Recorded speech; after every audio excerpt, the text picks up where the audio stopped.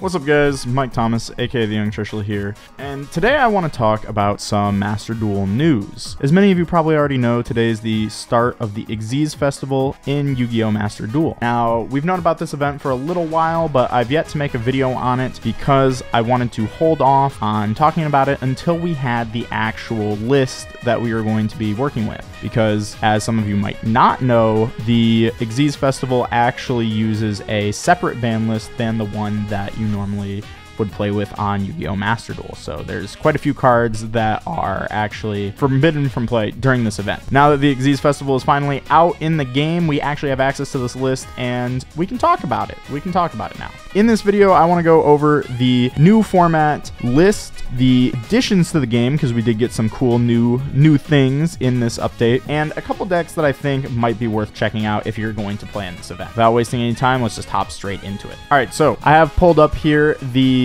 XYZ Festival event is now underway. So this is the official announcement about the event. The event has started. Just some basic information. It's going to be going from February 17th, that is today, to February 23rd. Then you have from February 23rd to February 26th to collect the rewards that you receive during this event. So keep that in mind that you only have a few days after the event ends to actually collect all of your rewards. And what those rewards are these medals. So medals are claimed at the end of each duel. You immediately gain rewards corresponding to the number of medals you earned, and you can earn medals whether you win, draw, or lose. Earn double medals by using your own original deck. There are some pre-con decks that are available to you, but probably don't want to use those because you get double medals by playing with your own deck. And one last thing, you do not earn any medals by surrendering. Fight on until the end. Before we hop into looking at the actual ban list, let's take a look at the new additions to the game. So we did get the new structure deck, Rage of Cypher. So this deck obviously probably coincides with the XYZ event because Rage of Cypher is a deck built around Galaxy Eyes Cypher Dragon. Experience the power of the amazing dragon that can evolve into three different forms, guys. So if we go to the shop maintenance, I don't know. We tried to go in the shop, but unfortunately, due to shop maintenance, not really sure what shop maintenance means, I can't actually get that deck and show it off on screen. So even though we were locked out of that, we thankfully do have this screenshot here from Master Duel Meta of what cards were in it. So I can talk about this with you guys. Really the important thing to know about this is that for 500 gems, you can get the whole package of Galaxy Eyes Cypher Dragon, as well as Cypher Blade Dragon without having to waste UR credits. This obviously is a really strong rank 8 core because you can overlay Cypher Dragon with Galaxy Eyes Full Armored Photon Dragon, which unfortunately is not included in the structure deck. You can start by using the Cypher Dragon, use Cypher Dragon to steal an opponent's monster, then you can overlay Galaxy Eyes Full Armor, pop a card, and then overlay again into Galaxy Eyes Cypher Blade. Use Cypher Blade to pop another card, and you will end up just removing 3 cards from your opponent's board whenever you have the ability to make a rank 8, which is really strong. So really cool that you get most of this package right out of the structure deck. And the other really cool thing in this structure deck that I just wanted to mention is this is another easy way for you to get access to Star Liege Seifert and Honest. Honest being a card that, if you watched our very passionate Bujin deck profile, was a card that was pretty expensive. Bujin's already a very expensive rogue deck, but now that you have a cheap and easy way to get it, if you're looking to play exactly Bujin, maybe this is a good structure deck to look into picking up.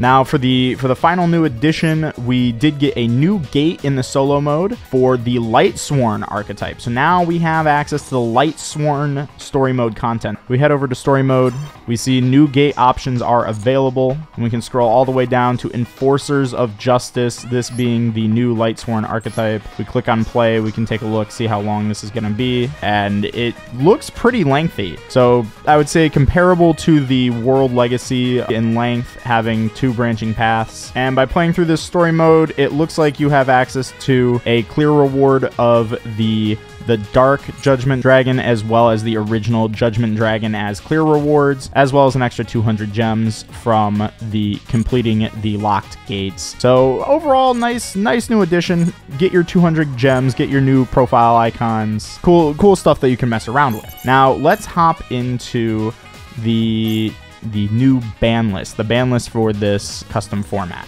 So if we take a look at the Forbidden and limited list for the XYZ Festival, you can right away see all fusion monsters are banned, but right off the bat we have stuff like Exodia the Forbidden One. Now we could sit here for an hour and look through every single one of these, like picking apart what cards are banned. What I'm going to do is we actually had a list compiled by one of our Discord members, so huge shout out to them. So just to go over some of the highlights, you can read these on screen. To basically summarize, they've banned alternative win condition decks, they've banned decks like True Draco, they've banned decks like Eldritch, they have banned decks like Ecclesia, they have banned Chaos Max, they have banned stuff like Drytron. They've basically hit all of the decks that you could play in any format without an extra deck restriction.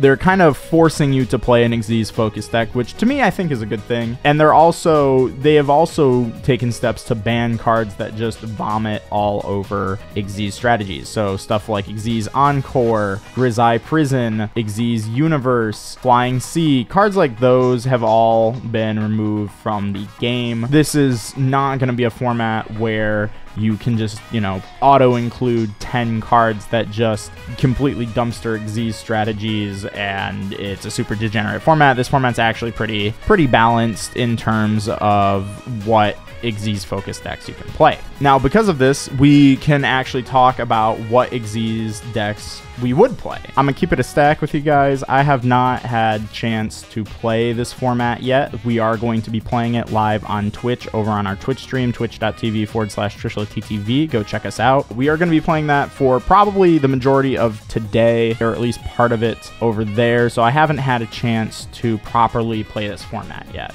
But if I were to guess, the two decks that I would immediately recommend trying out are Zodiac and Numeron. I think those are two of the most powerful XYZ-centric strategies that you could play if you want to play an XYZ-centric deck. Now, because we haven't played much of this format yet, I do not have deck lists for these, but if you are interested in me coming out with deck lists for these decks, I'm more than happy to do this, put these together, and post them tomorrow. So if that is something you'd like to see, do let me know, leave me a comment on this video, and I will gladly go through, make those decks, and talk about them in another video. Now, let's get into why I think that these decks are some of the better decks that you can play. Obviously, these decks can both opt to go second, which I think is really strong in a limited format. I think that being able, and they both are very good at either OTKing the opponent in the case of Numeron, or at clearing your opponent's setup with cards like Zeus in the case of Zodiac. Now, not only are these decks powerful, but they're also very low commitment. What I mean by that is that the Zodiac monsters all require just one Zodiac in order to play. Same how Numeron only requires you to have Numeron Network in order to play. Because of this, you are able to play a lot of defensive or utility cards in the deck. You could either play other engines. You could even play Numeron Zodiac. You have a lot of options with these cards. I would definitely consider playing them if you are considering playing an XYZ strategy for this event. Another deck that is also worth noting is that the Lyrilusk cards were not hit at all by the XYZ Festival like some of the Zodiac cards were. So because of this, you could potentially find a way to play an XYZ Lyrilusk deck or a Lyrilusk Lunalight deck. I think those decks are also very powerful that you could try out. Definitely worth experimenting with. And as always, I will always recommend that if we're playing an XYZ strategy, it is always worth testing the Utopia double package, because I think that package is very strong. So those are just kind of my initial thoughts on this format. Let me know what you think and how you feel about the XYZ Festival event. Are you excited about it? Drop me a comment and let me know. If you did enjoy this video, a like would also be appreciated, or consider subscribing. We're trying to reach 1,000 subscribers by the end of March, and we are getting very close, guys. We're so close. We're already at like 950. The amount of growth we've seen this month is actually crazy, because who knew if I actually posted YouTube content, it would grow on YouTube. Isn't that crazy? That's insane to me. Anyway, that's about all I have for you guys. So thank you so much for watching, and I'll see you in the next video.